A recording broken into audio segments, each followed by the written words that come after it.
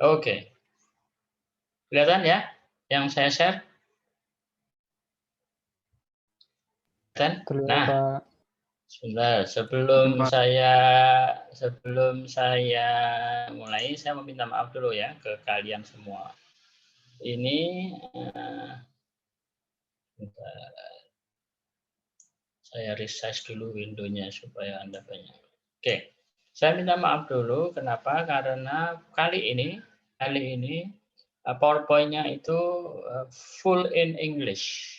Oke, nanti akan saya share pada Anda full in English. Jadi saya tidak akan bacakan semua, nanti mendikte lagi. Oke, nanti ini sendiri ya. Saya ambil yang pokok-pokok yang penting yang harus Anda pahami sebagai bagian dari kuliah kita ya. Itu banyak, itu nanti seperti biasa saya akan share di grup kita ya, di grup kita Anda mesti bisa ngikutin, itu nggak susah. Bahasa Inggrisnya bahasa Inggris sederhana saja ya. Cuma memang jumlah halamannya rada banyak ya, tapi ya nggak banyak-banyak amat lah gitu. Paling kalau sehari 40 hari selesai karena jumlah halamannya 40. Sehari ya 5 halaman lah, jadi 8 hari selesai. Tapi yang ngerti, gitu. Ngerti ya 10 halaman kan masalah sebenarnya. Tapi kalau nggak ngerti cuma. Oke ya, ini sekarang saya share, sudah ya. Terus, dulu. Oke. Nah, hari ini semaksimal mungkin saya akan bicara tentang household behavior and consumer choice. Apa itu? Ada yang tahu? Perilaku konsumen, perilaku rumah tangga, dan juga pilihan-pilihan yang dihadapi oleh konsumen atau rumah tangga. Ya. Ini rada interchangeable antara household dengan konsumen karena konsumen dalam pengantar ekonomi ini adalah juga berperilaku sebagai atau institusinya namanya rumah tangga. Ya. Anda semua ini bertindak sebagai konsumen ataupun juga rumah tangga. Kalau Anda mungkin anggota rumah tangga dari bapaknya, ya. Kalau saya kepala rumah tangga dari keluarga saya dan seterusnya. Nah, ada beberapa hal yang ingin saya sampaikan sehubungan dengan perilaku konsumen, perilaku rumah tangga, dan juga pilihan-pilihan yang dihadapi oleh rumah tangga dalam berperilaku sebagai makhluk ekonomi. Udah menghemat 2 slide ini. Kenapa begitu? Karena slide ini cuma isinya adalah apa yang akan dibicarakan di dalam chapter ini. Ya, saya mengambil buku dari Principle of Economics oleh Case and Fair. Ya. Case and Fair ini chapter 6, kalau Anda mau lihat bukunya ada. Ya. Chapter 6 ini membahas tentang household behavior and consumer choice. Okay. Masih ingat, ini adalah diagram yang dulu saya pernah berikan kepada Anda, tetapi dalam bentuk yang lebih sederhana dan nggak ada animasinya, nggak ada gambarnya. Cuma yang penting adalah ada 2. Masih ingat nggak? Firm, produsen, sama household. Ya kan? Kan ingat kan? Nah, ini kalau tidak salah pertemuan kedua. Firm sama household. Ini ada pasar barang, kan? Output supply. Jadi produsen ini menghasilkan household. Ya kan? Di lain pihak, household juga memberikan labor atau tenaga kerja, modal untuk dipinjamkan kepada firm dalam rangka untuk membuat produksinya. Ya. Ingat? Ingat ya? Oke. Nah, ini cuma gambar fancy picture saja. Ini adalah diagram tentang apa ini? Demand and supply curve kan dari suatu barang. Demand and supply curve dan ini adalah equilibriumnya, masih ingat kan? Nah, sebenarnya dengan analogi yang sama ada juga sebenarnya demand dan supply dari labor atau tenaga kerja. Juga ada demand dan supply dari capital modal. Nah, pasti ada. Cuma kalau di sini masih ingat ya, dua variabel penentunya adalah yang sumbu X Q, ya, jumlah barang yang ditawarkan atau jumlah barang yang ditawarkan atau yang diminta. Sumbu Y-nya adalah apa? Harga barang itu sendiri. Kalau labor supply and demand sama sebenarnya. Ini sumbu X-nya adalah labor, jumlah barang dalam kasus ini adalah labor orang. Nah, sekarang kalau labor market itu harganya apa? Harga dari orang itu kan gajinya, ya kan? Nah, gajinya ini. Jadi sumbu Y ini gaji, sumbu X-nya adalah labor. Ya. Ini juga gitu, kalau capital sumbu X-nya adalah jumlah capitalnya, kemudian sumbu Y-nya adalah harga, dalam tanda petik ya, harga di capital yang diwujudkan dalam bentuk R, atau R itu adalah apa? Bunga atau cost of capital itu disimbolkan dengan R. Cost of labor disimbolkan D. Wage-nya apa sih? Wage atau upah. Cost of Q adalah price. Cost of good and services adalah price. Cost of labor is wage. Cost of capital is rent atau R atau interest. Oke? Nah, ini pembabakan di dalam chapter-chapternya Case and Fair itu, ya, kita akan ngomong masalah 6. Sebenarnya hubungannya dengan 7, 8, 9, 10, dan seterusnya. Cuman mungkin saya akan menggunakan 6 ini dari PowerPoint-nya dia. 7, 8 saya akan berusaha semaksimal mungkin firm behavior atau perilaku produsen ini akan menggunakan yang bahasa Indonesia. Kalau bisa, kalau enggak ya nasib. Oke, sekarang kita masuk ke dalam intinya. Nah, household behavior and consumer choice atau perilaku konsumen, perilaku rumah tangga, dan juga pilihan-pilihan yang dihadapi oleh konsumen itu berdasarkan beberapa asumsi. Asumsi yang pertama adalah perfect competition. Ya. Artinya perfect competition itu apa? Barang industri ya, produsen itu berada di dalam pasar yang disebut sebagai kompetisi sempurna atau perfect competition.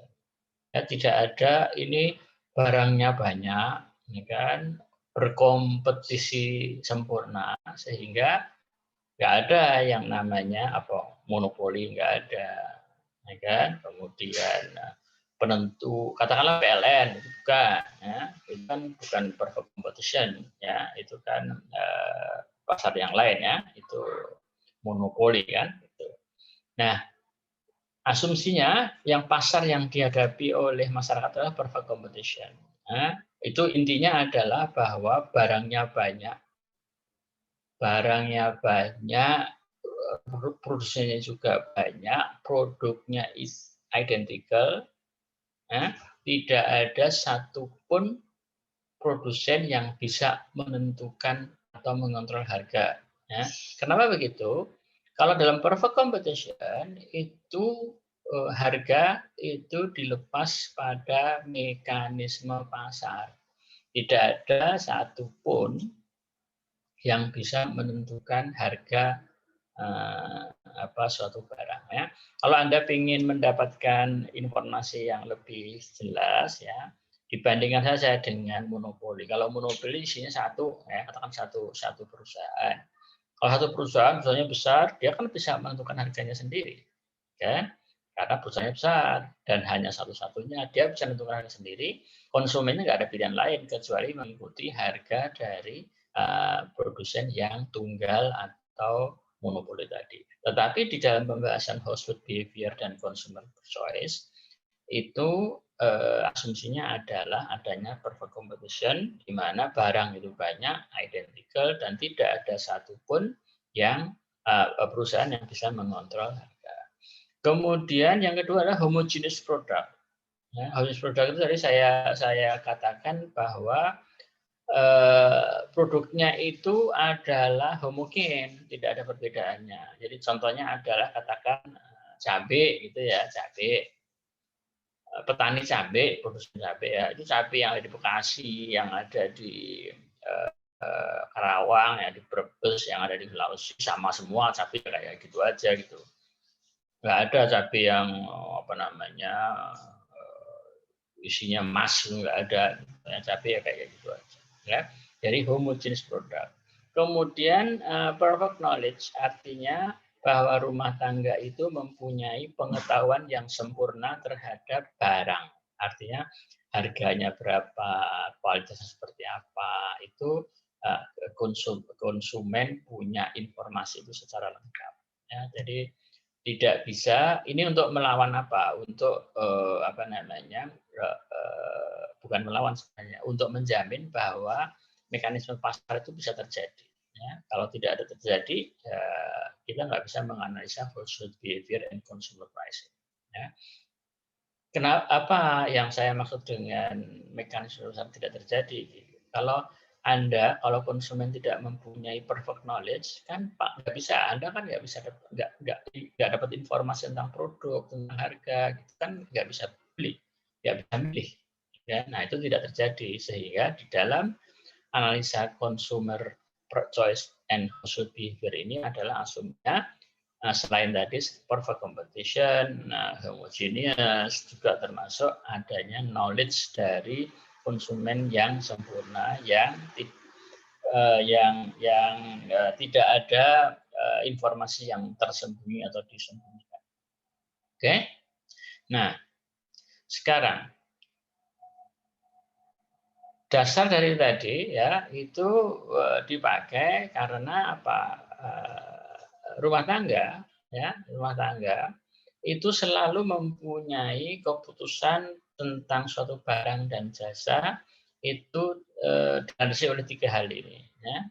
Yang pertama adalah how much of this product or put to demand. Jadi orang itu selalu harus memutuskan berapa jumlah barang yang akan dibeli, yang akan diminta, yang akan dikonsumsi. Yang kedua adalah how much labor to supply. Jadi kita selalu mempunyai kesempatan untuk memutuskan apakah kita mau masuk ke pasar tenaga kerja atau tidak. Ya. Kemudian yang ketiga adalah how much to spend today and how much to save for the future. Artinya apa? Kita punya keputusan untuk berapa yang harus kita belanjakan hari ini, berapa yang akan kita save untuk kedepannya.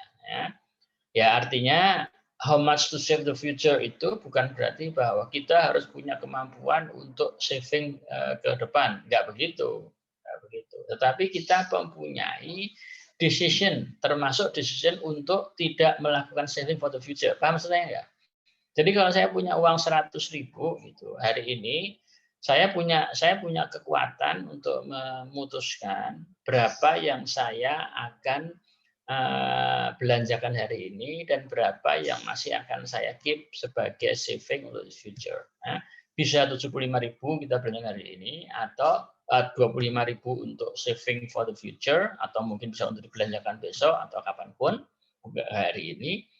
Ataupun juga si konsumen atau household tadi juga bisa membuat pilihan bahwa I want to spend all 100,000 rupiah today and I will have no money for tomorrow. Okay, I don't have money to save for tomorrow. Nah, bisa. Nanti akan kita lihat apa gunanya asumsi dan juga basic decision ini di dalam menganalisa household choice and consumer behavior. Oke. Okay? Kemudian yang lain yang harus kita pahami adalah bahwa ada beberapa hal yang menentukan demand dari sebentar ya, ini ada telepon masuk, kayaknya penting dari telepon dulu sebentar. Halo. Halo.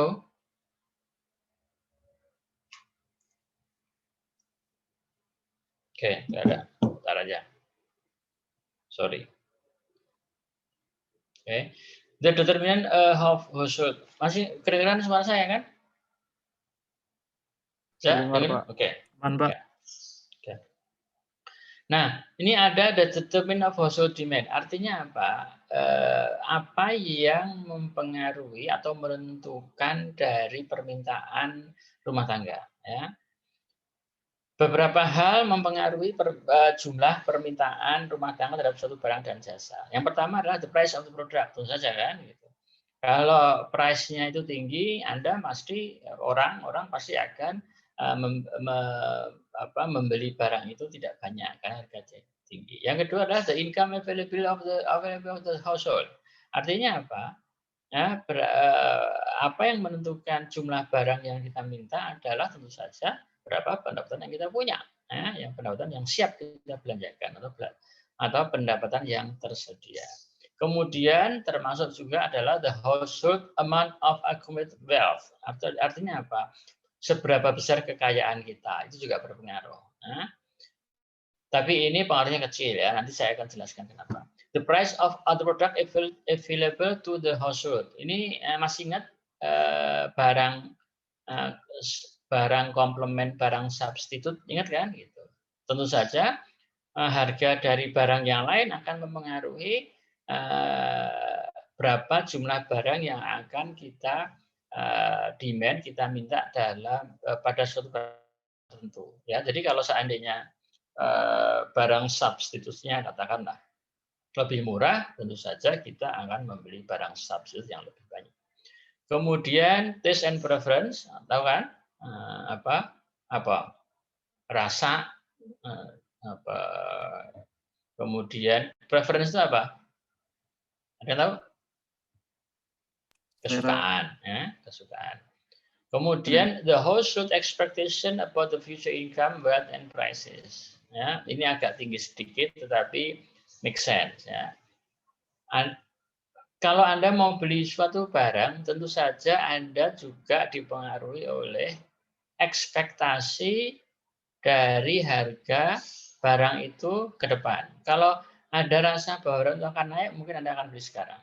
Nah, termasuk juga income, kekayaan juga. Kalau Anda merasa bahwa bulan depan saya akan naik gaji gitu, atau turun gaji, atau tidak akan bekerja, layoff atau dipecat, menjadi jobless, tentu saja akan berpengaruh kepada jumlah barang yang kita minta pada hari ini. Paham ya? Kemudian ada yang nama juga the budget constraint. Apa itu? Budget constraint. Nah, budget constraint itu adalah batas yang bisa batas apa ya? Batas maksimum ya, barang dan jasa yang bisa dikonsumsi atau bisa dibeli atau bisa didapatkan oleh rumah tangga karena ketersediaan dari pendapatan, kekayaan, dan juga harga barang itu sendiri. Paham saya enggak? Ya. Jadi budget constraint itu ada gampangannya adalah kamu punya duit berapa sih? Nah, itu adalah budget constraint. Nah, kalau saya punya duit 100.000, ya, hari ini saya punya duit 100.000. Itulah budget constraint saya. Saya tidak leluasa beli barang dengan harga, dengan gaji atau dengan kekayaan saya dalam gambar yang 100.000 hari ini. Paham maksud saya? Ya. Nah, budget constraint itu dibentuk dari income, dari kekayaan, ya, dari informasi tentang price of the product, taste dan preference yang tadi saya terangkan di depan. Oke. Nah, contohnya begini, ya. Ini ada beberapa pilihan, kombinasi pilihan dari kesempatan rumah tangga untuk membeli barang. Ya. Contohnya opsi A. Ya. ini rumah tangga ini supaya sederhana saja ya, supaya sederhana saja.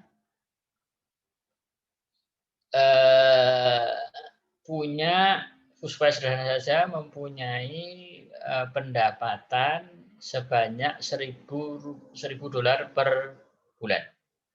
Ya. Supaya sederhana, saya hanya punya 3 barang dan jasa yang akan saya beli. Ya, bayangkan saya ke rumah tangga yang pendapatan saya adalah $1.000 per month, dan setiap bulan dalam 1 bulan saya hanya membayar 3 jenis barang dan jasa. Oke, supaya sederhana saja.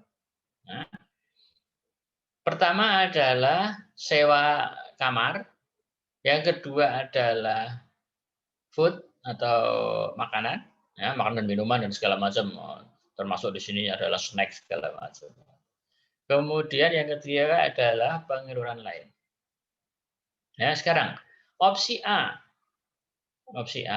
pilihan A, saya punya total tadi pendapatan berapa? 1.000 toh? 1.000. Nah, opsi A itu saya punya rent 400, food 250, kemudian other expense 350. Jadi totalnya berapa itu? 1.000 ya, 1.000. Seperti yang ada di kolom total itu. Sehingga itu memungkinkan saya untuk membeli barang, ya kan? Oke.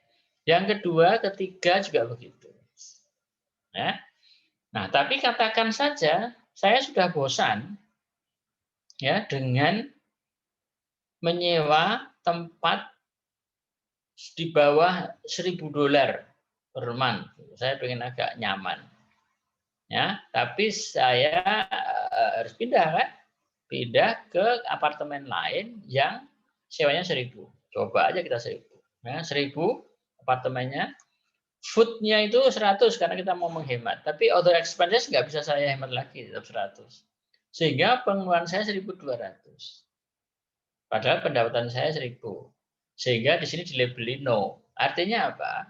3 opsi yang pertama itu affordable. Ya, artinya bisa kita lakukan.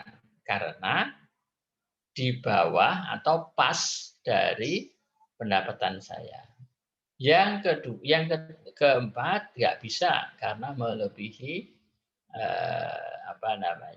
pendapatan saya. Nah, inilah yang disebut dengan budget constraint. Budget constraint saya 1.000. Paham? Jadi kalau pengeluaran saya di atas 1.000 ya nggak bisa. Nah, ini kan mesti ada yang nanya. Tapi kan saya punya ini Pak, punya HP yang mau jual Pak, supaya saya agak enakan gitu. Nah, itu hubungannya dengan wealth tadi. Kita mengasumsikan wealth Anda ya 1.000 itu, dan liquid. Tahu liquid nggak? Bisa dibelanjakan. Available atau ready to be sent, to be expended. Gitu.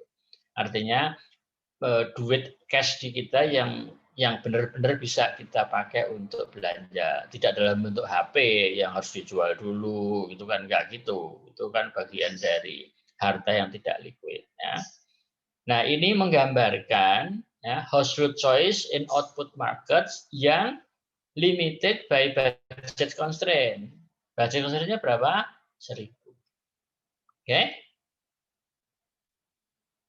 Nah, ini nggak perlu. Ini sekarang. Sekarang saya ingin memberikan gambaran kepada Anda budget constraint ya di dalam suasana rumah tangga yang ingin membelanjakan budgetnya untuk 2 macam jenis barang. Saya pelan-pelan ya.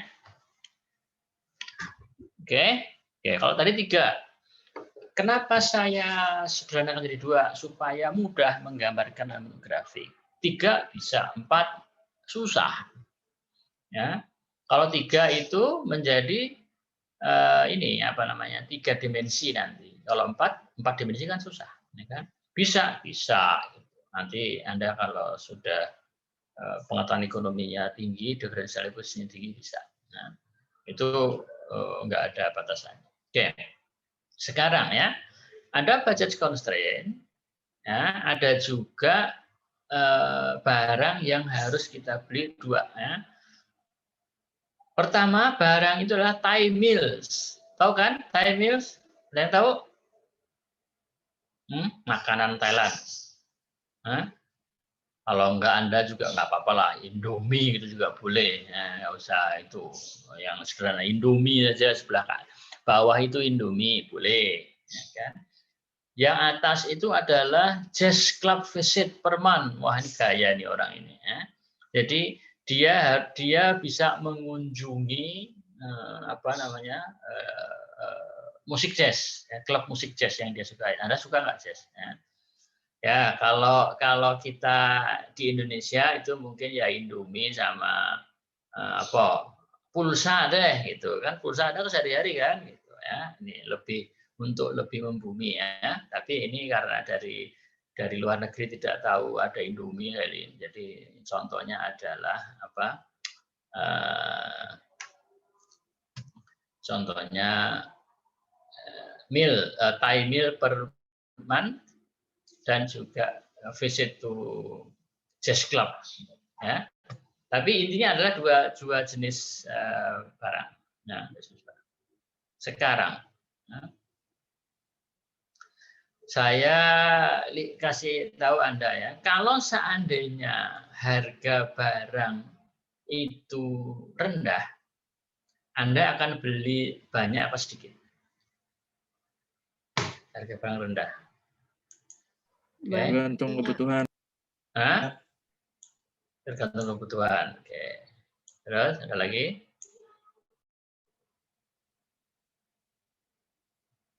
Oke. Banyak, murah. Ya, barangnya murah, John. Nah, itu Anda akan beli banyak apa sedikit? Banyak, Pak. Banyak, oke, betul. Kalau barangnya mahal, tentu saja kita akan beli dengan lebih sedikit. Ya kan? Oke. Nah, sekarang tadi ada yang tergantung kebutuhan. Sekarang kita mengasumsikan bahwa ada barang yang secara umum, walaupun Anda tidak butuh, kalau harga itu barang murah, ya tentu saja barang itu adalah barang yang bisa disimpan ya, bukan barang makanan yang besok busuk, enggak. Kalau ada barang lebih murah, Anda kan mesti akan membeli barang itu lebih banyak, walaupun kita nggak butuh. Asumsi umumnya kan begitu kan, preferensi umum kan begitu. Contohnya Anda beli ada buku tulis murah itu lah, masih ingat nggak? Kalau tahun ajaran baru buku tulis murah gitu. Anda kan mesti beli banyak-banyak, gitu. Mumpung murah kok, kan gitu kan? Nah, sama juga dengan yang di sini ya. Nah, kalau dua buah barang kombinasinya murah dan mahal, kalau saya ingin membeli dua barang itu, barang X dengan barang Y, di dalam kasus ini meal per month dan juga jazz club tadi ya, hanya dua ini ya asumsinya ya, nggak ada lagi barang lain. Kalau barang yang satu lebih murah dari barang yang lain, ya, contohnya adalah barang X lebih murah daripada barang Y, tentu saja kita akan lebih banyak membeli barang X daripada barang Y. Betul nggak? Betul. Oke. Bisa memahami semua ya? Oke. Nah, sekarang coba Anda lihat di sini. Ya, Anda lihat. Ini garis inilah budget constraint kita. Coba Anda lihat. Kalau seandainya harga barang itu sangat murah, bahkan harganya itu 0 katakan gitu, maka Anda akan membeli barang itu sebanyak-banyaknya. Oke. Tetapi kalau harga barang itu mahal, maka Anda akan membeli barang itu sesedikit mungkin. Oke. Nah, yang tadi yang saya bilang ini tadi, nih, ya, yang di ini nih, ABC ini, karena pas 1000 pasti akan ada di sini. Sorry, alhamdulillah. Pasti akan di sini nih. Oke. Nah, sementara yang bisa dibeli di sini. Yang tidak bisa dibeli akan di sini. Paham nggak kira-kira membaca grafiknya? Oke, ada nggak yang punya kesulitan? Ada nggak yang kesulitan membaca buku ini? Membaca grafik ini. Ya, Anda harus terus terang. Kalau nggak nanti kelepotan di kedepannya kelepotan. Nah, inilah disebut dengan budget constraint graph, ya, kurva budget constraint, sorry, ya. Di sini ini adalah opportunity yang kita bisa beli, kita bisa konsumsi sehubungan dengan budget constraint yang kita punya. Ya, yang di sini tentu saja nggak bisa.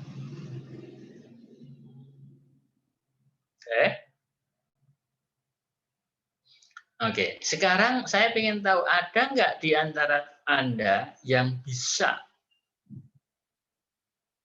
bisa membuat formula dari grafik ini, grafik garis ini. Nih, apa kira-kira? Nah, hubungannya dengan apa mestinya? Faktor apa yang membuat ini? Apa kira-kira? Apa aja?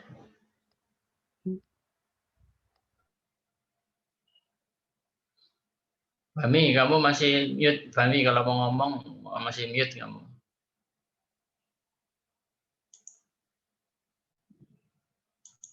Ada yang mau berpendapat? Silakan.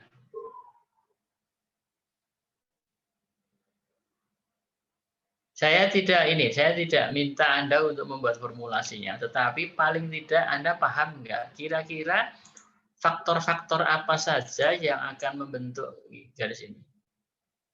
Apa kira-kira? Nah, ini adalah konsumsi dari kombinasi dua jenis barang, ya, barang Y dan barang X. Ya, coba nanti ya. Kalau Anda nggak bisa nggak apa-apa. Tapi paling tidak Anda punya pikiran kira-kira apa ya yang membuat yang berpengaruh terhadap pembentukan dari budget constraint ini. Ya. Oke. Nanti ya. Oke. Kemudian real income adalah set of opportunities to purchase real goods and services available to household as determined by price and money income. Nah, ini sudah ada clue-nya nih, ya. Clue-nya. Real income itu adalah apa? Kemungkinan yang yang dipunyai oleh customer untuk membeli barang dan jasa, ya, terhadap barang dan jasa sehubungan dengan income yang dipunyai dan juga harga dari barang itu sendiri. Ya. Ini dia yang tadi saya katakan. Budget constraint ini formulanya seperti ini. PX kali X plus PY kali Y sama dengan I. Ya. Jadi PX itu apa? PX itu price of X, PY itu price of Y, kemudian X quantity demanded of X, dan of course Y is quantity demanded for Y, and I atau I adalah income. Ya kan? Contohnya ya, saya akan masuk ke depan dikit. Nih. Katakan hanya 2 aja, hanya 2 aja ya, hanya 2. 700 sama 300 kan 1000 ya. Ya. Jadi $700 kali 1, ini kan? Plus $150 kali plus $300 kali 1, sama dengan kan 1000. Paham? Balik sini lagi. Oke. Inilah formula dari budget constraint. Ya. Jadi budget constraint can be written as PX X plus PYY sama dengan I. Oke. Atau harga barang dari X kali dengan jumlah barang X-nya ditambah harga barang Y kali Y. Barang Y-nya sama dengan I. Kalau lebih besar daripada I, letaknya di mana? Di luar. Nih, di sini ya. Yang di sini adalah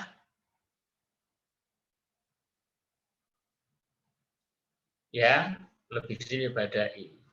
Oke, jadi kesimpulannya apa, Mas? Kesimpulannya adalah kalau Anda nggak mau nabung, all the money you spend it today and you have no money for tomorrow, then it means that you spend all of your money to the goods and services, ya, dalam hal ini dua jenis tadi, dan Anda akan ada di sini. Nah, dan Anda akan di sini. Ya nggak? Oke? Ya. Kalau di sini Anda masih bisa nabung. Kalau di sini apa? Anda mimpi di siang bolong di sini nih, nggak bisa. Ya kan? Udah mulai paham ya? Di sini adalah Anda bisa nabung. Di sini pas. Nah, pas. Anda nggak bisa nabung apa-apa. Ya. Balik lagi. Ini Anda harus ngerti bener ini. Ya, ini ya. Yang di sini nih choice A pas garis. Ya. Choice B pas garis. Choice C pas garis. Choice D mimpi di luar di sebelah kanan. Ya. Yang ABC nggak bisa nabung. Yang D mimpi karena nombok 200 sebelah kanan toh. Nah, bagaimana kalau Anda masih bisa nabung? Ya kalau katakanlah Anda mau nabung bisa, tapi contohnya saja. Choice A, oke, rent nggak bisa apa-apain, kan 400.000 $400 nggak bisa diapa-apain. Kenapa begitu? Nggak bisa, cuma 300 saja, nanti nggak dapat pintu Anda. Kan? Food, kalau nggak 250 nggak bisa, kenapa? Kelaparan nanti mati nanti. Nah, ini mungkin di sini. Ya. Mungkin di sini ada nonton film $25. Nah, itu yang puasa nggak nonton dulu. Jadi katakanlah 400, 250, 325. Nah, ini akan menyisakan $25 hingga adanya di sini. Itu ya Mas ya, Mbak ya? Oke, ini penting. Oke, sampai situ ada pertanyaan? So far oke? Nih. Tadi masih ingat budget constraint ini? Oke ya. Nah, sekarang kita mulai analisa budget constraint ini bisa berubah. Bisa ke sini nih. Kira-kira dipengaruhi oleh apa? Perubahan harga dan juga pendapatan.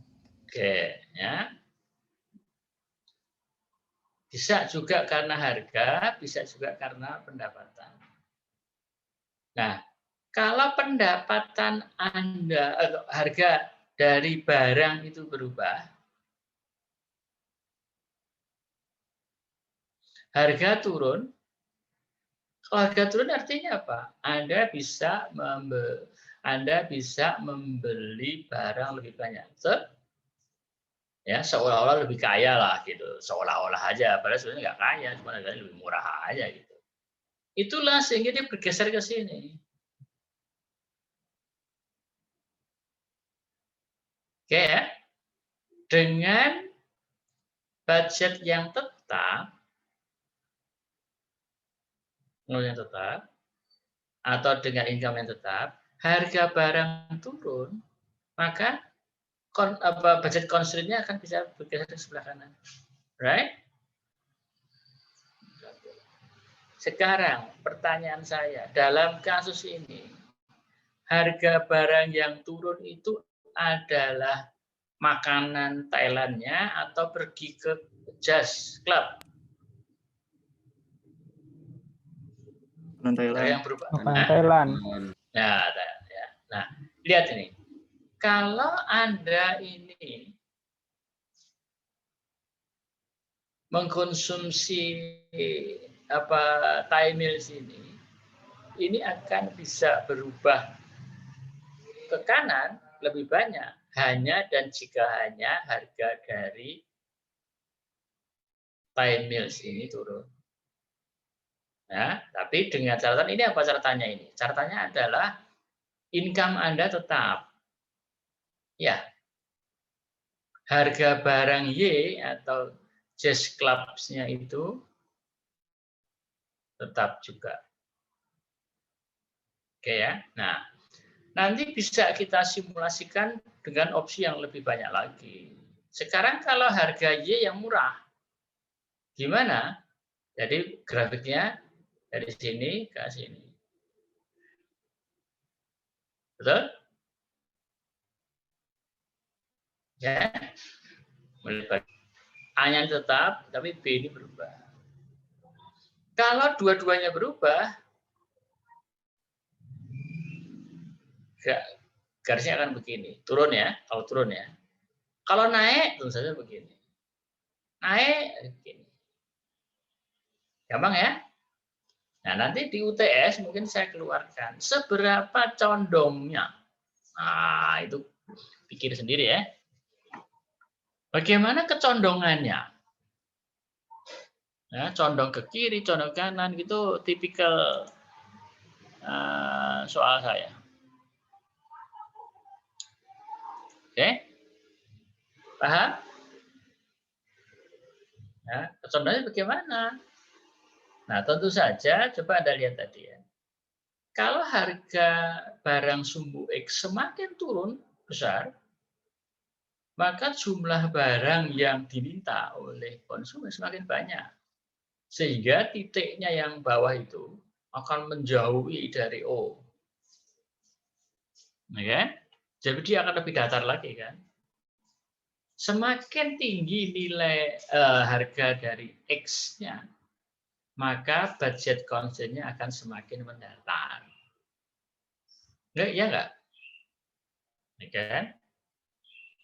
Tapi kalau harga barang X-nya semakin naik, maka budget constraint-nya akan menjadi lebih tegak. Oke? Nah, itu sebenarnya implicitly mengatakan bahwa kalau harga barang X itu turun,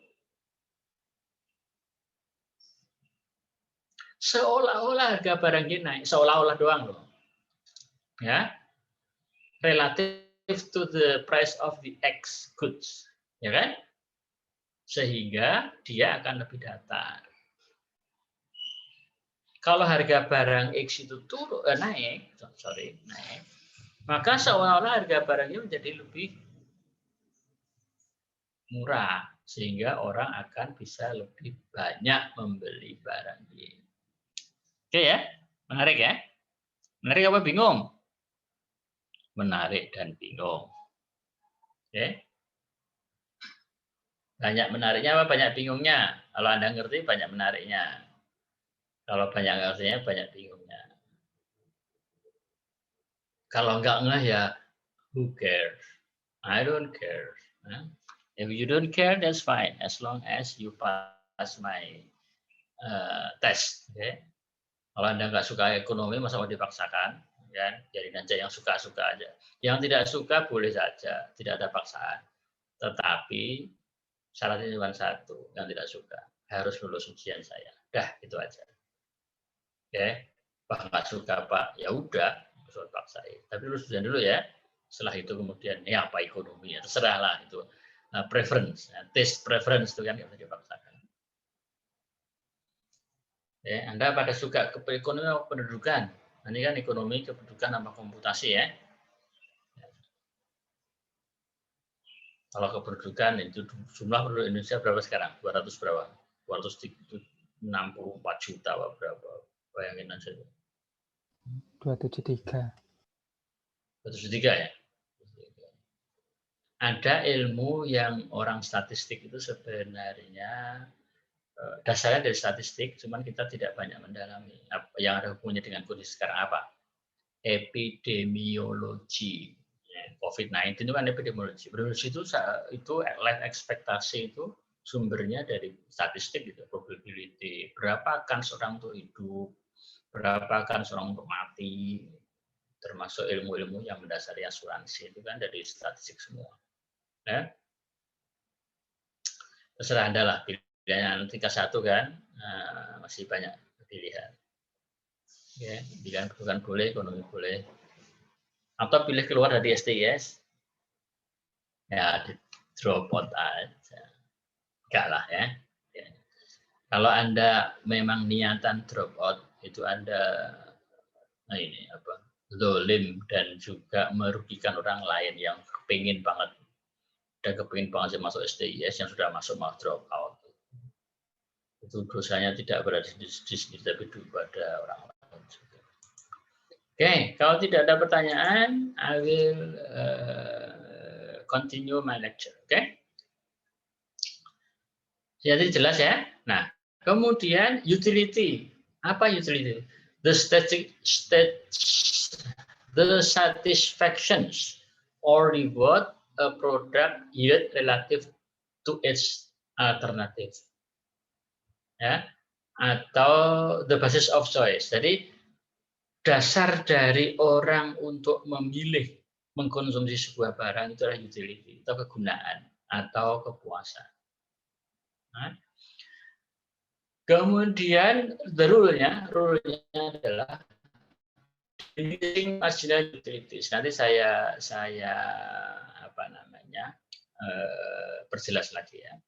Sebelum masuk ke sini saya perjelas lagi ya. Utility itu kegunaannya, utility itu kegunaan barang yang biasanya diasumsikan bisa dihargai dengan uang.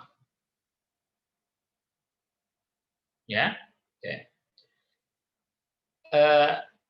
Teorinya gitu. Prakteknya seperti apa sih? Gambaran secara sekilas ya, secara sederhana. Utility itu ya kegunaan atau kepuasan Anda yang Anda nikmati, yang Anda peroleh karena Anda mengkonsumsi barang. Ya. Contohnya adalah Anda makan. Ya. Apa kegunaannya? Anda kenyang. Kan? Tapi nanti kalau tingkatnya agak tinggian, kenyangnya itu bisa dikuantifikasi dengan uang. Oke, ya. Anda pengen berpakaian bagus. Ya. Utility-nya apa? Nyaman. Ya, semakin nyaman. Oke. Kemudian HP. Oke, HP. Nah, ada yang punya HP-nya Samsung? Atau iPhone? Ini saya beli khusus untuk contoh-contoh Anda nih. Gaya ya? Enggak sih. Nah, tuh, dua. Kenapa begitu saya tentukan? Nah, tadi saya katakan bahwa utility adalah kepuasan. Sekarang bagi Anda ya, puas mana ini ya, sama ini? Beda kan? Beda kepuasan. Puas mana Anda, orang Indonesia bagian barat, makan nasi sama makan jagung. Oke. Saya tidak mengatakan seluruh Indonesia loh ya, karena itu heterogen. Teman-teman di Indonesia Timur, asli Indonesia Timur, bukan orang Jawa lahir dari Indonesia Timur, bukan. Lebih senang mana nasi sama sagu? Berbeda, katanya. Berbeda. Nah, Johnny tahu juga berbeda. Nah, itulah yang ada hubungannya dengan utility tadi. Ya. Masing-masing Anda mengkonsumsi barang itu ada nilai utility-nya. Nah, kalau Anda mengkonsumsi dua barang, Anda kan bisa milih. Kenapa Anda milih? Karena tingkat utility-nya berbeda. Ini tadi. Ya kan? Tingkat utility-nya berbeda. Kepuasannya berbeda. Tapi ada hubungannya dengan budget constraint tadi. Pengen yang ini. Tetapi gajinya belum naik, nggak bisa beli. Ya kan? Ini nggak bisa beli juga. Kenapa? Karena cicilannya belum lunas untuk barang yang lain. Akhirnya beli Oppo. Atau beli Vivo. Atau beli Oppo anaknya itu. Oppo. Ya, karena barangnya itu lebih murah, katakan gitu ya. Jadi ada hubungannya ini, walaupun mungkin gambarannya masih belum jelas ya, tapi ada hubungannya antara apa? Price, budget constraint, utility. Nah, orang kan beda-beda, ya. Katakanlah Fahmi sama Erza, beda. Beda budget constraint, beda utility, beda juga taste, beda preference. Gitu kan? Gitu. Semua orang berbeda, sehingga kombinasinya akan berbeda setiap orang. Ya. Menariknya di situ. Itu di kependudukan nggak ada, saya jamin. Ya. Di ekonomi ada. Ya. Anda misalnya tertarik kepada ekonomi. Oke, ya. Nah, hukumnya adalah bahwa marginal utility, ya, bukan hukum ya.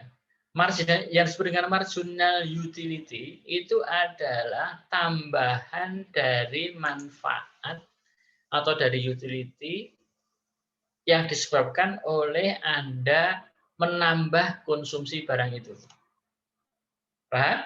Ya? Nanti bisa dikuantifikasi. Sekarang ini pemahamannya dulu. Nah, mungkin Anda pernah dengar lah ini ya, di SMA kelas berapa? Kelas 9 ya. Kelas 12, sorry. Kelas 11, kelas 12. Enggak, Ding. Anda kan orang ini ya, orang IPA ya. Orang IPA itu kan pada nggak mau sama ekonomi, pada gaya dia. Ekonomi apa itu? Nah, sekarang lah dapat. Sedih juga. Dulu pokoknya kalau fisika itu top, kimia top, kuantum top, ekonomi nggak mau. Sekarang ya dapat deh. Oke. Nah, mungkin Anda pernah dengar dengan marginal utility, ya. Utility tadi adalah manfaat yang Anda dapat, kepuasan Anda dapat karena mengkonsumsi barang. Yang disebut dengan marginal utility itu adalah tambahan dari utility atau manfaat karena Anda mendapat mengkonsumsi tambahan barang itu. Ya. Contohnya, Anda mungkin masih ingat itu, contohnya sangat gampang sekali. Kalau Anda ini, kan saya mengasumsikan belum pada makan siang ya. Kecuali yang timur mungkin curi-curi juga sambil kuliah sambil makan. Berbeda yang di timur itu mungkin ya, atau saya. Asumsi saya Anda belum makan siang. Oke. Kemudian kelas saya selesai sekolah selesai, Anda makan. Coba Anda makan itu utility-nya itu dapat kan? Ya, saya mengasumsikan Anda makan pakai tangan deh, ya kan, yang sangat tradisional lah. Nah, pada pertama kali Anda itu ngambil makanan dimasukkan mulut, Anda sudah merasakan kepuasan dulu. Oke? Nah, Anda masih lapar toh? Nggak mungkin Anda segede gajah kayak gitu makan cuma satu gini kan nggak mungkin. Terus dia pengen nambah. Kedua, nah tambahan itu akan menambah utility-nya. Tahu? Yang ketiga, yang keempat. Cuma Anda rasakan apa? Makin lama tambahan itu makin kecil. Tambahan utility-nya. Buktinya apa? Anda nggak bisa makan barang itu, apapun barang itu. Kecuali nggak normal orangnya ya. Kecuali perutnya karet. Pada saat dia tidak lagi mau makan. That's it. I give up. Enough is enough. Karena dia memasukkan, mengkonsumsi tambahannya itu cost-nya kalau Anda katakan beli makan itu per apa itu? Per pulukan gitu ya, per sendok gitu. Cost-nya untuk sendokan yang ke-5, ke-6, ke-12 itu sudah lebih kecil manfaatnya daripada harganya, Anda akan stop mengkonsumsi itu. Iya kan? Nah, itulah ilustrasi itu yang kombinasi ini. Okay. Marginal utility adalah the additional satisfaction gained by consumption or use of one more unit of something. One more unit, one more pulukan, one more sendok. Oke. Jadi marginal utility. Kemudian total utility adalah total amount of satisfaction obtained from consumption of a good or services. Ya. Kalau ini gampang. Total utility ya tentu saja adalah jumlah dari utility yang didapat atau dimanfaatkan dari konsumsi barang. Marginal utility adalah tambahan dari utility yang kita dapatkan karena kita menambah konsumsi barang itu. Nah, the law of diminishing marginal utility, itu tadi yang saya katakan tadi, the more of anyone could consume in a given period, the less satisfaction atau the less utility generated by consuming each additional unit of the same good. Paham maksud saya nggak? Ya, paham maksud saya kan? Nah, jadi the more you consume, the less ya will be the satisfaction that you gain from consumption of that good tadi. Ya. Tetapi itu tidak dari awal. Dari awal itu pasti Anda nambah. Tapi at some point the marginality akan turun. Buktinya Anda kenyang. Ya. Bagi yang puasa lebih kerasa itu. Puasa Anda itu bagi yang puasa ya, yang tidak puasa coba deh puasa. Ya puasa nggak usah 12 jam lah, bagi yang non muslim puasa 4 jam atau 5 jam aja deh supaya lapar itu. Nah kemudian Anda mencoba atau nggak usah puasa deh. Saat Anda lapar sekali, kalau orang puasa kan jelas ya lapar sekali. Kalau pas Anda lapar sekali, kemudian Anda mengkonsumsi barang, mengkonsumsi makanan, entah apa makan suka Anda. Ya, itu masuk itu oke ya, terus, tapi at some point you will say that enough is enough because I have no satisfaction anymore. I don't gain satisfaction anymore by adding some more food in your stomach. Paham? Nah, untung ada hukum begitu. Kalau nggak hukum begitu itu habis semua itu nasi. Nah, ada 20 dengan 8 piring, 12 piring. Untung aja the law of diminishing marginal utilities. Ya sunatullah Tuhan memberikan apa namanya hukum alamnya seperti itu. Nah, jelas ya? Mudah-mudahan jelas supaya saya bisa share lagi. Sorry.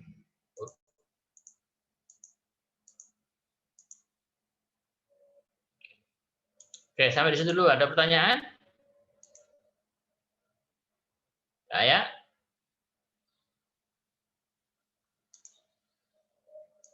Oke. Jadi 3 ini cukup paham ya?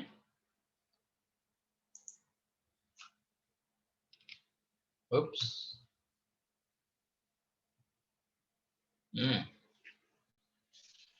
Sekarang kita grafikan ya, kita coba put it in a graph, so that you can understand it more comfortably. Ya. Jadi ini untuk sementara ini Anda jangan, caranya bagaimana ya mengangkakan itu. Ada caranya mengangkakan, tapi nanti kita akan bahas nanti di lain kesempatan. Kalau Anda memang benar-benar sudah masuk ke dalam jurusan ekonomi, nanti kita akan perdalam di ekonomi mikro. Trip to club, sekali Anda trip, ya, total utility 12. Ya, sekali mengunjungi klub itu, mengunjungi jazz itu 12 kepuasannya. Ya. Tujuannya kedua totalnya 22. Yang ketiga 28 dan seterusnya. Ya. Ini lihat. Jadi pertama kali belum pernah masuk, begitu masuk total utility 12 sehingga marginal utility 12 kan baru pertama kali, ya kan? Minggu kedua kan udah mulai agak bosan, penyanyi itu juga, lagunya paling itu juga gitu. Ya. Totalnya 22, sehingga tambahnya cuma 10. Yang ketiga juga gitu, makin turun kan? Cuma 6 tambahannya. Cuma 4, cuma 2. Ini adalah marginal utility semakin menurun. Nah, kalau digrafikan seperti ini. Nah, tapi Anda ingat ya, ini kita mungkin ada yang bingung. Ini grafiknya sumbunya sudah berbeda dengan tadi ya, Mas, Mbak. Kalau yang tadi apa? Ini trip di sini adalah time meals, di sini adalah jazz visit, ya kan? Sekarang ini kita ngomongin masalah total utility dan marginal utility. Kita ambil satu barang saja, yaitu trips to club. Ini trips to club, ini adalah utility-nya. Ya. Grafik yang pertama adalah total utility, yaitu yang ini yang digrafikan. Yang kedua adalah marginal utility-nya. Jadi ini pertama 12, kemudian yang kedua 10, ya, kemudian 6, terus 2, lama-lama mungkin 0. Ya. Jadi kalau orang sudah visit ke 6, sudah tidak ada lagi. Hanya orang bodoh saja yang masih mengunjungi ke 7. Ya kan? Udah nggak ada apa-apanya. Gitu. Itulah yang mungkin Anda ngapain kan Anda dari kacamata praktikal sehari-hari kan kadang-kadang begitu. Ngapain ke sana lagi? Gitu-gitu aja. Berarti Anda marginal utility-nya sudah nggak ada. Kan? Gitu. Contohnya yang puasa buka puasa pakai kolak. Ya kan? Semangkok kecil gitu, kolaknya enak banget itu. Ya kan? Mangkok kedua udah nggak mau lagi kan? Mangkok ketiga gitu. Hanya orang bodoh saja yang mau mangkok ketiga, sementara saya sudah blenger, sudah enek sama kolak. Ya, itu sehari-hari kan. Ya. Nah, Bapak kemudian, izin bertanya, Pak. Siap. Ya, silakan. Siapa? Maaf, Pak. Ini misalkan Erza, Pak, terkait dengan utility, apakah ada faktor yang mempengaruhi, Pak? Misalkan untuk membuat dia menjadi naik lagi, Pak, di pertengahan. Enggak ada yang bisa marginal utility tidak akan bisa dinaikkan lagi. Enggak bisa. Nah, ya. Cuma biar bisa melihat saya. Cuma kapan dia maksimum bisa berbeda-beda. Nah, kalau Erza mau nanya pengaruhnya apa, ya tentu saja pengaruhnya adalah reference taste, kan beda-beda orang ya. Erza sama Amanda mungkin berbeda taste-nya terhadap baju. Mungkin baju putih itu bagi Amanda itu ya punya 3 cukup lah. Kan?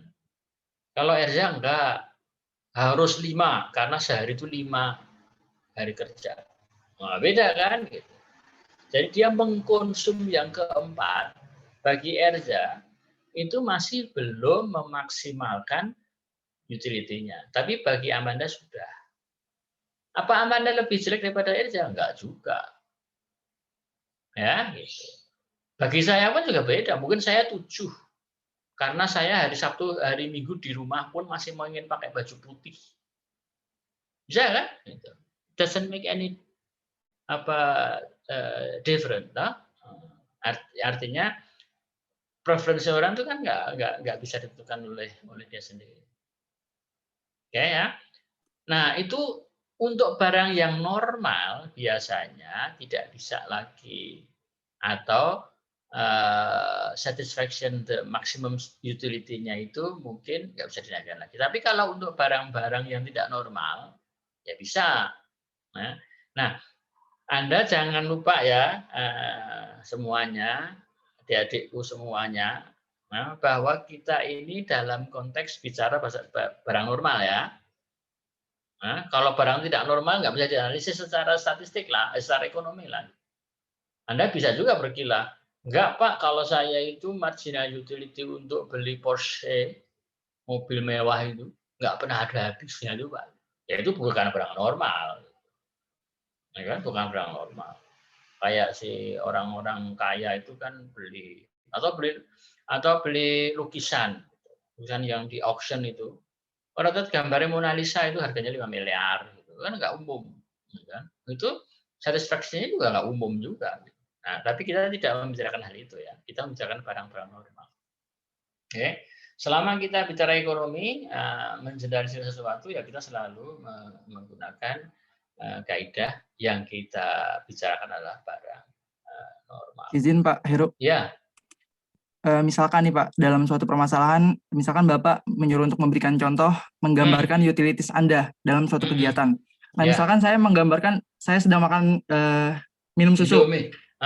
Susu yang tadi dari atas ke bawah tuh hari Senin, Selasa, Rabu, Kamis. Minum susu misalkan. Nah, pada saat hari Senin kan nambah 20 kan utilities, Selasa 15, Rabu 10. Nah, pas hari Kamis, kebetulan saya ada suatu kasus yaitu makan makanan pedas. Nah, otomatis utilities saya nambah tuh jadi 40 lagi misalkan, karena puas. Apakah itu mengganggu teori awal Pak kalau kayak gitu? Ya, jadi total yang di pertengahan nambahnya banyak. Ya, gitu. Ya. Artinya gini, ya secara umum ya itu asumsinya ya harus kita pegang, ya kan? Tidak ada masalah apa-apa, tidak masalah apa-apa. Ya, yang secara umum ya gitu. Contohnya begini, Anda makan, kemudian Anda berhenti dulu nih makan, kemudian berhenti dulu, supaya lapar lagi, gitu. Nah, Erza sama Sopo, Henning apapun juga sama Wayan itu beda-beda juga letak dari kenyangnya kan gitu. Jadi jadinya berbeda juga. Nah, satu. Yang kedua adalah kasus Anda tadi. Pada saat Anda menghitung marginal utility itu selalu ceteris paribus, Mas. Ya, ada ceteris paribus apa? Yang lain tetaplah, tidak ada gangguan gitu. Nah, nanti kalau seandainya seperti itu kan susah.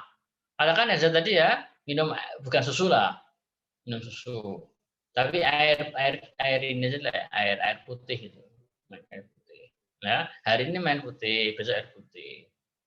Ini Selasa ya, Rabu. Cuma tiba-tiba mataharinya itu mendekat ke bumi.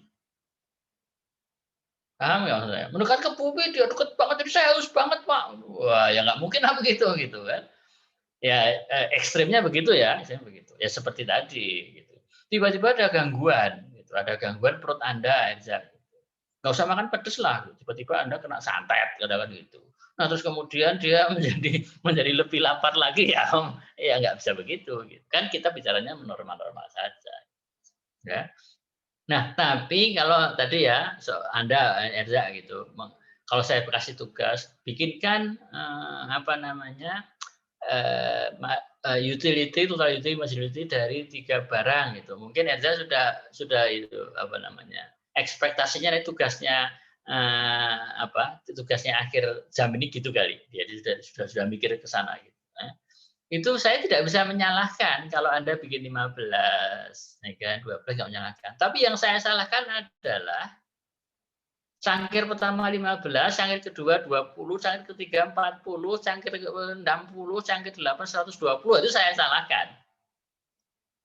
Ya kan? Tetapi kalau Ruth menyatakan cangkir pertama 15, sementara Ezra cangkir pertama 12, nggak bisa saya salahkan. Paham saya nggak? Gitu. Ya, gitu. Jadi jangan khawatir kalau responsinya begitu ya, kalau nanti karena ditebak sama Erza, saya ganti responsnya. Nah, Erza biar dikutuk sama teman-temannya. Wah, gara-gara ditebak sama Erza, ganti dan gitu. Nah, kalau paham saya nggak Erza? Ya, the point is bahwa everything has to be normal. Ya, asumsinya normal, tidak ada gangguan apa-apa, semuanya oke. Gitu. Nah, tidak ada force major seperti itu juga nggak ada. Ya, contohnya lagi force major adalah gangguan ada gempa. Gitu. Anda beli baju, katanya yang baju putih tadi ya, Amanda tadi ya, baju putih 3 gitu. Ya, cukup gitu. Tiba-tiba hari ketiga itu ada gempa. Bajunya hilang atau dicuri. Ya, dia harus nambah lagi kan, gitu. Itu kan nggak normal. Tahu mas saya gitu. Ya, jadi kita bicara normal, tidak bicara excuse gitu. Itulah makanya tadi di awal dari pertemuan kita tadi itu sebenarnya sudah kita jagain dengan asumsi-asumsi tadi. Asumsi-asumsi tadi itu adalah untuk jagain yang nggak normal seperti yang si Eza itu. Nih, ya kan? Nih, ini ada lagi sebenarnya asumsinya tidak ada kejadian yang luar biasa itu, ya, tidak ada gempa bumi di Otista 64C yang nggak ada nanti kebun sayur kebakaran, ya, ada kebun sayur kebanjiran, saya dari lapar lagi Pak gitu, atau itu udah makan Indomie habis 3 gitu malam Jumat gitu, ternyata di rumah hujan gede banget juga lapar sekali sehingga utility 0 lagi gitu, namanya perut karet. Oke ya, jelas ya, no offense. Jelas Pak, makasih Pak. No offense, okay. Tahu no offense, no hard feeling. Okay, I just want to make everything clear and everything simple. Don't think everything complicated. Okay, simple that. Oke, saya lanjutkan lagi ya. Izin bertanya Pak. Oke ya. Izin bertanya Pak, maaf Pak. Silakan, siapa ini? Satya Pak, Indra. Satya Indra Kusworo. Dari mana kamu Satya? Kayaknya belum pernah dengar suaramu ya? Dari Cilacap Pak. Wah, makanya belum pernah dengar nih kayaknya. Dari Cilacap belum pernah dengar, dari kilang minyak belum pernah dengar saya. Ini memerlukan 4 kali pertemuan baru bisa ngomong sih Indra. Gimana Indra, Mas? Mau bertanya, berarti kalau marginal utility itu sifatnya objektif ya Pak? Artinya? Maksudnya penilaian setiap orang itu berbeda-beda Pak. Oh iya, subjektif malahan, jangan objektif dong. Oh iya, subjektif. Iya, subjektif Mas gitu. Nanti Satya Indra Kusworo itu dengan Gede Nyoman Satya juga itu beda. Bahkan kalau Satya Indra Kusworo itu 3 orang beda. Itu kan 1 orang itu kan namanya 3. Itu kalau marginal utility Anda dengan marginal orang lain itu sangat berbeda, Mas. Karena dipengaruhi oleh banyak sekali yang bisa dikuantifisir, yang bisa diangkakan. Itu kan harga. Tapi ada beberapa yang nggak bisa diangkakan. Selera Anda gitu. Pasti marginal utility Anda terhadap warteg, ya, warteg beda dengan Joni, beda gitu, pasti beda, ya kan? Sangat subjektif. Ini Gede Nyoman, kamu dari Bali kan, Gede, ya kan? Oh itu suka makan ini enggak? Itu lawar. Suka. Nah, Satya Indra itu pasti marginal utility-nya nggak sama dengan yudi itu. Bahkan bagaimana mau sama, barangnya apa aja saya nggak tahu, ya kan gitu. Lawar itu ada daging apa gitu ya, cuman ya, seingat saya gitu. Ada kayak gado, lupa saya, tapi daging apa gitu, ada dikasih darah apa-apa gitu, seingat saya. Yang jelas bahwa Satya, marginal utility itu adalah berbeda antara orang per orang, ya, sangat tergantung dari bermacam-macam faktor, ya, terutama harga, preference, taste, income, ya, dan juga banyak hal lain. Bahkan marginal utility orang itu bisa berbeda dalam waktu tertentu. Ya, orangnya sama, tapi utility berbeda. Contohnya tadi puasa. Nah, air putih bagi orang puasa atau yang nggak puasa, ya, sorry, saya membeda. Enggak, pokoknya yang bagi orang yang kehausan sama yang tidak haus, utility-nya air putih kan beda, ya kan? Sekarang ini Anda sudah tadi sama sekarang saya aja lah, yang sekarang ini utility dari air putih setelah saya ngajar 1 jam berbeda dengan utility air putih saat saya jam 9 tadi, ya kan? Jam 9 tadi saya nggak usah apa-apa, itu 1 gelas habis tuh. Enggak, sekarang 1 gelas habis saya. Yang dulu enggak. Tenggakan kedua, ketiga itu marginal utility yang sekarang itu lebih besar daripada tadi pagi saya. Paham saya kan? Ya, jadi berbeda. Jangankan orang per orang, satu orang setiap satu bisa berbeda. Ya, mudah-mudahan itu memperjelas. Oke? Oke. Oops. Ya, oke. Sampai di sini kita ya. Nah, kemudian saya lanjutkan dengan marginal utility per satuan uang. Nah, itu tidak susah, bikinnya nggak susah. Ya, ini yang tadi sama ya. Ini yang atas dulu aja deh, satu aja dulu. Ya. Trips to club per week. Ya, ini yang tadi nih. Kalau saya tambahin dengan harga setiap kali dia pergi ke klub tadi adalah $3. Marginal utility per dolarnya kan gampang. Ya. Jadi tinggal ini dibagi ini sama dengan ini. Ya, 10 bagi 3 sama dengan 3,3 dan seterusnya. Ya. Nah, sekarang ada contoh lagi yang satu lagi seperti ini. Ya, jadi ini saya introducer baru tentang marginal utility per dolar atau persatuan uang. Cuma ditambah 1 kolom apa ini? Kolom harga. Nah, seperti ini. Grafiknya seperti apa? Nanti buat apa sebenarnya, ada gunanya. Nah, ini. The utility maximizing rule. In general, utility maximizing consumers spread out their expenditure until the following condition holds. Nah, jadi marginal utility untuk kombinasi 2 macam barang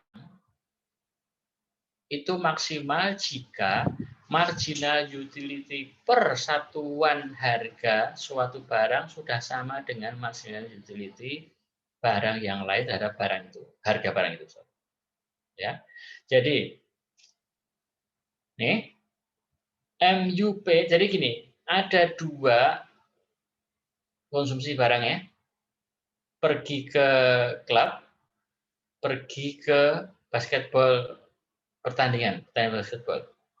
Nah, dari 2 jenis konsumsi ini, saya bisa menghitung marginal utility per dolarnya. Jelas? Oke. Nah, marginal utility keduanya itu maksimum jika sudah tercapai kondisi ini. Intinya gitu.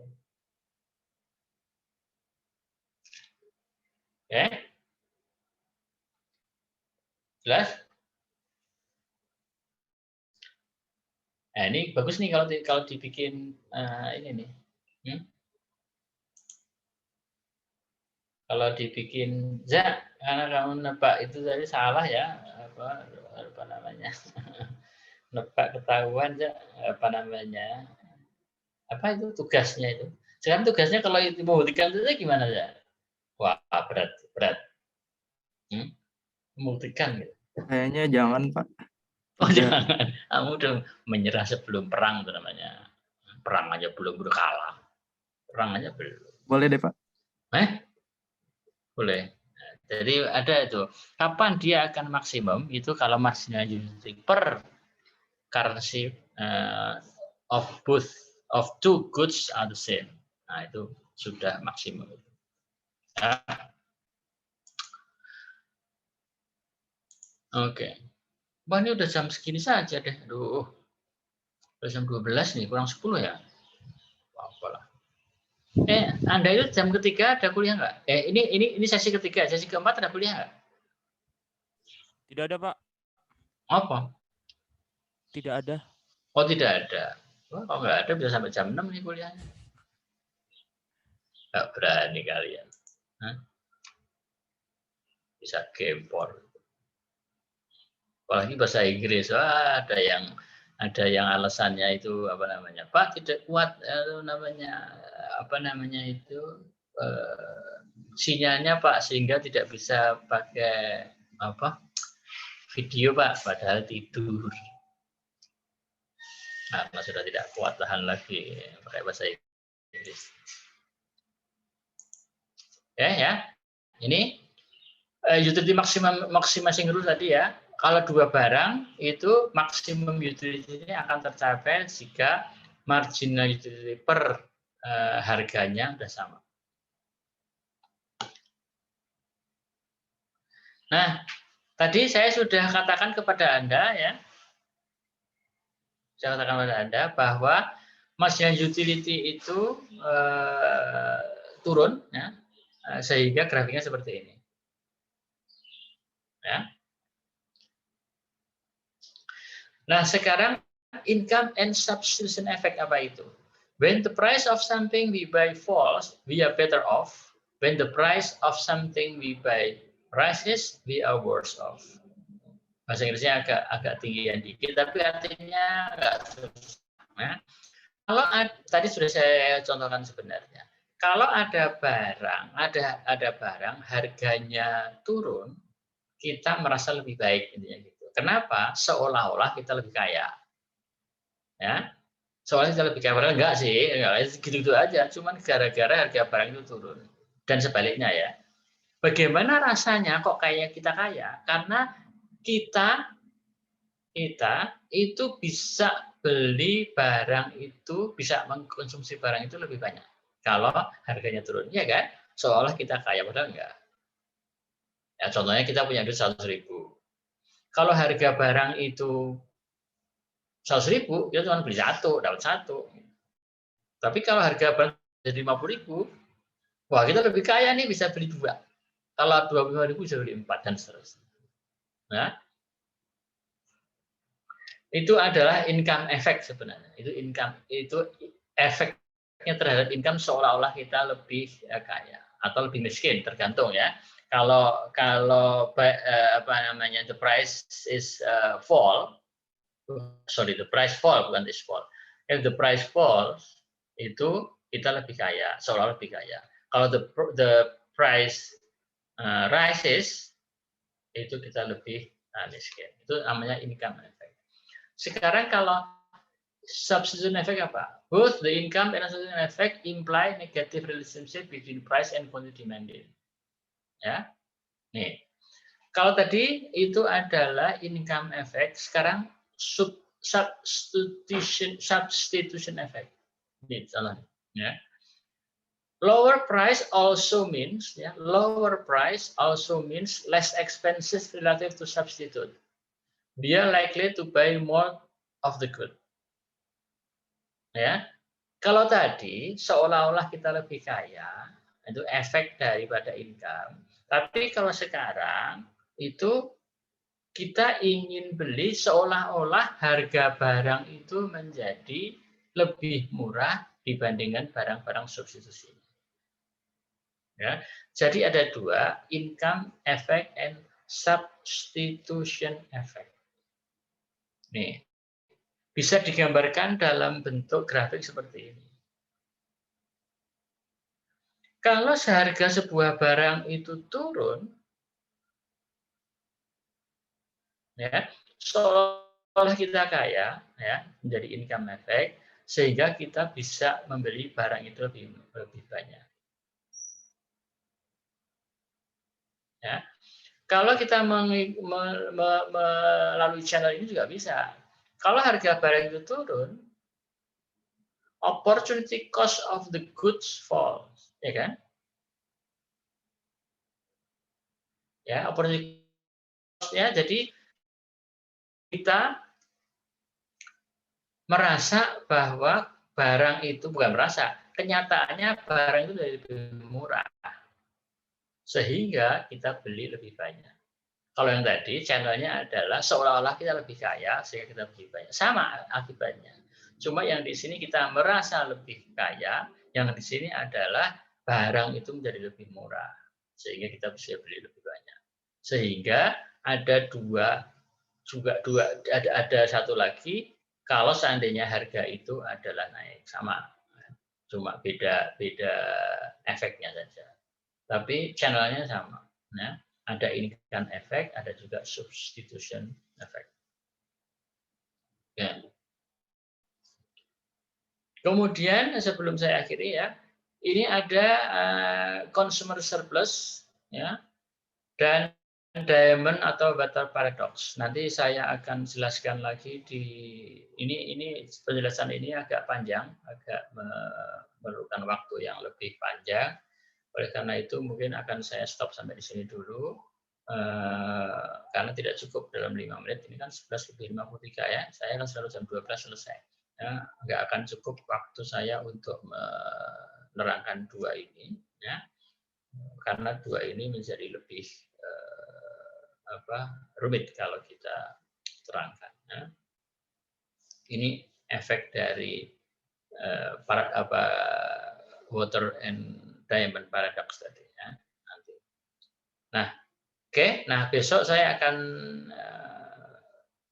tambahi dengan household choice in input market. Kalau tadi kan tentang barang ya, ini tentang faktor produksi, labor supply, tetapi sebenarnya itu nggak begitu penting. Saya akan pikir dulu apakah ini perlu saya berikan apa enggak, tetapi slide ini akan saya berikan kepada Anda, supaya Anda bisa belajar lebih banyak lagi, dan juga bisa lebih memahami.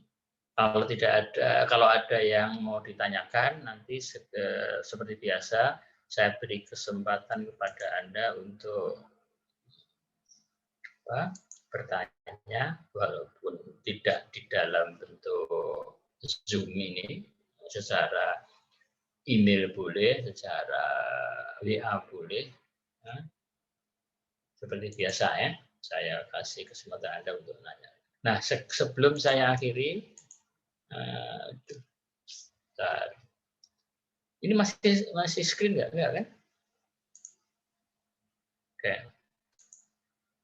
Oke, ya sudah. Sebelum saya akhiri kuliah saya hari ini, saya beri kesempatan kepada Anda. Kalau ada yang mau ditanyakan, silakan. Kalau nggak ada, saya mau menikmati utility water saya.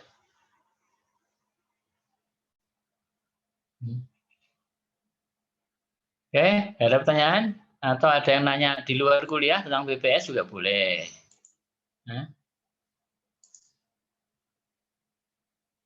Ada yang pengen nanya, nanti saya kantornya di mana? Masih jauh. Masih 3 tahun lagi ya, 3,5 ding.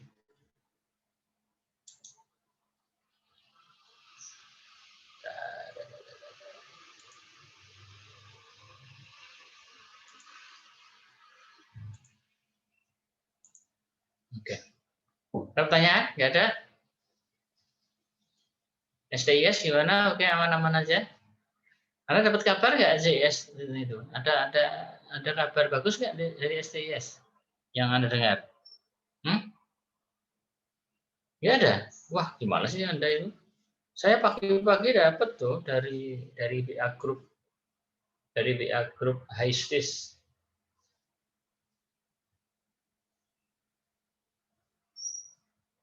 Bentar.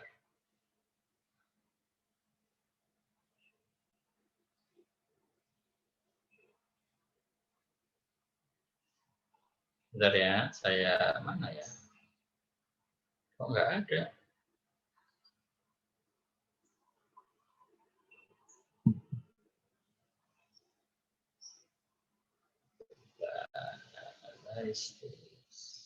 Anda nggak dapat kabar apa, Pak? Wah, gawat ya. Belum, Pak. Nggak dapat. Saya bacain ya dikit ya. This is I'm very happy to hear that. Okay. Mahasiswa Polsat STIS kembali mencatat prestasi di kompetisi tingkat nasional pada ajang lomba Jambore Statistika ke-10. Lomba ini merupakan acara tahunan mahasiswa program studi statistika jurusan matematika Universitas Mula Warman.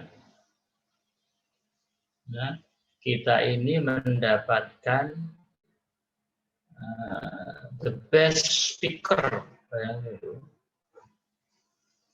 Klasterisasi ini karyanya judulnya klasterisasi kasus tenaga kerja terdampak COVID-19 di Indonesia dengan menggunakan metode K-means oleh Salwa Rizkina Putri dan Nasia Ayafah Utami kelas 3 tingkat 3. Keren anak-anak STS itu. Nah, itu selalu juara itu banyak.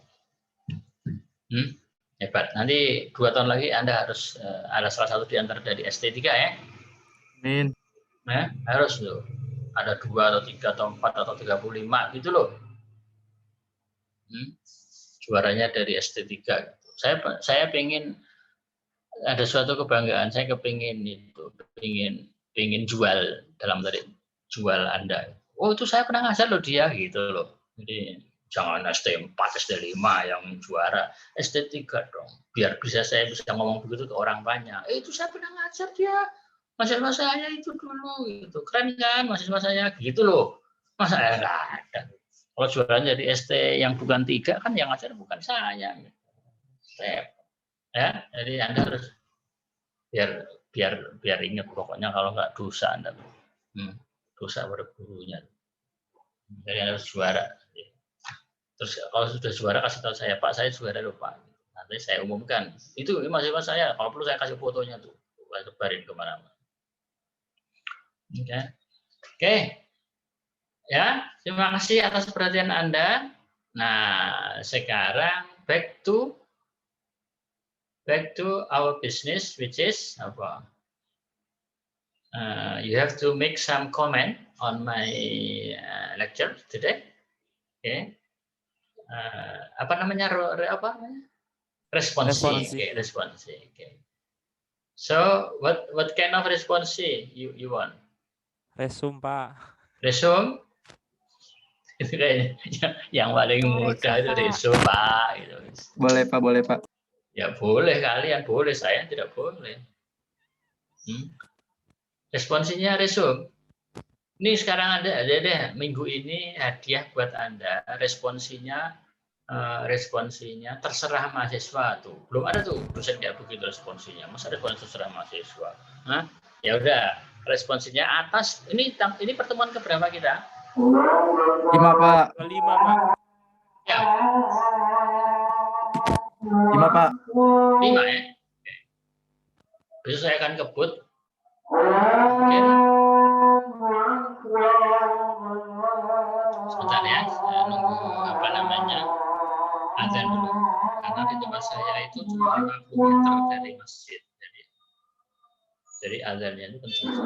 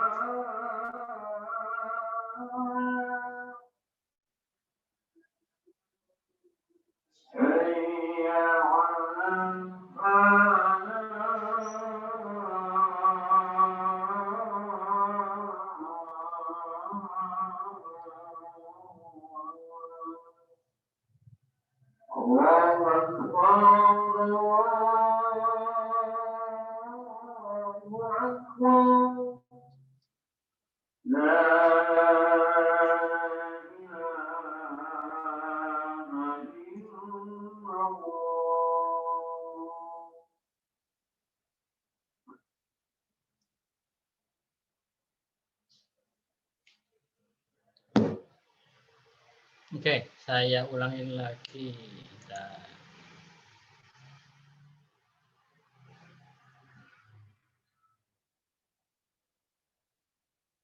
Emang naik haji? Ini kami bukan naik haji, naik haji itu terminologi yang salah juga. Pergi haji, haji kok naik? Emang dia di atas. Yang benar itu pergi haji, bukan naik haji.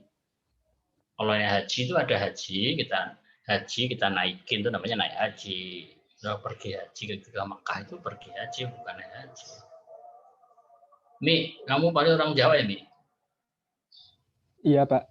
Nah, karena orang Jawa itu ngomongnya itu munggah kaji, munggah itu naik. Jadi munggah kaji itu naik haji.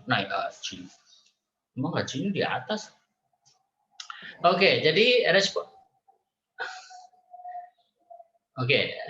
responsinya kali ini saya berikan keleluasan pada Anda. Ternyata ada yang milih apa tadi? Rangkuman aja. Ya, oke ya, rangkuman. Tapi karena Anda yang milih, no excuse for lateness sending it to me, okay?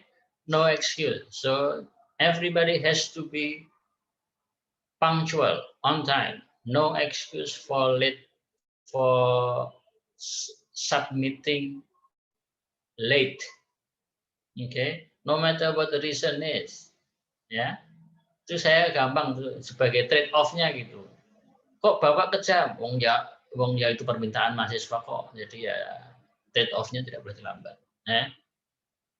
Oke, saya itu pertama kali kan ini ngajar dengan model seperti ini. Saya nanya-nanya ke dosen yang lain. Pak, Bu, responsinya ada yang telat itu ini gitu. Coba apa reaksinya dosennya? Oh, itu dikasih punishment, Pak, dikurangi nilainya gitu. Waduh, ternyata begitu ya. Gimana coba? Wah, saya tidak sekejam itu deh perasaan saya. Tapi jangan diulangi lagi dong, nanti susah ya. Jadi sampai saat ini saya belum memberikan punishment bagi yang telat. Tapi kalau memang yang lama makin banyak ya apa boleh buat. Ya, saya kasih supaya. Oke, everything is clear ya, bahwa Anda bikin summary, okay, for whatever you heard, and I will send it to you the PowerPoint, okay, then you give it back to me not later than today, Okay, at 12:45, I believe. Right? So I see you next time, and next time I will be very tight because I'm one meeting behind. Okay, I'm one material wise. In test of material, I'm one meeting behind. So I will speed up in the next session. Hopefully that it will cover everything so that you are ready to take an exam. Okay, still have to? Masih 2, Pak. Okay, we still have 2 meetings before the exams, right?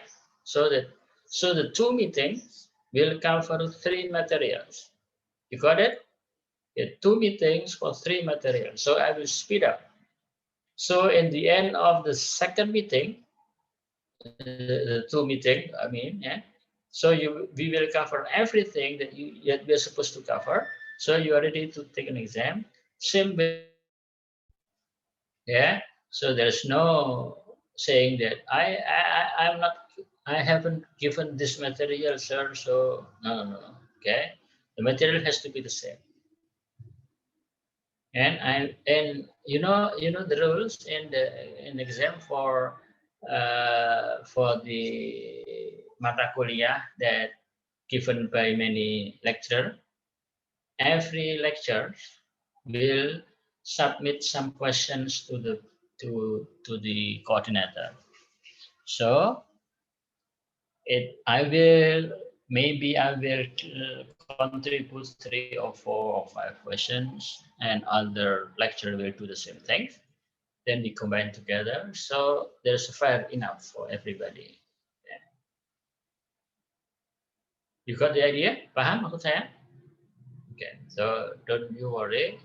I will keep the material same as whatever other classes have. If no other question, then I will close the meeting today. I'll see you next week. Hopefully everything is fine. Okay, stay healthy. Don't forget to use your maskers and keep the distance.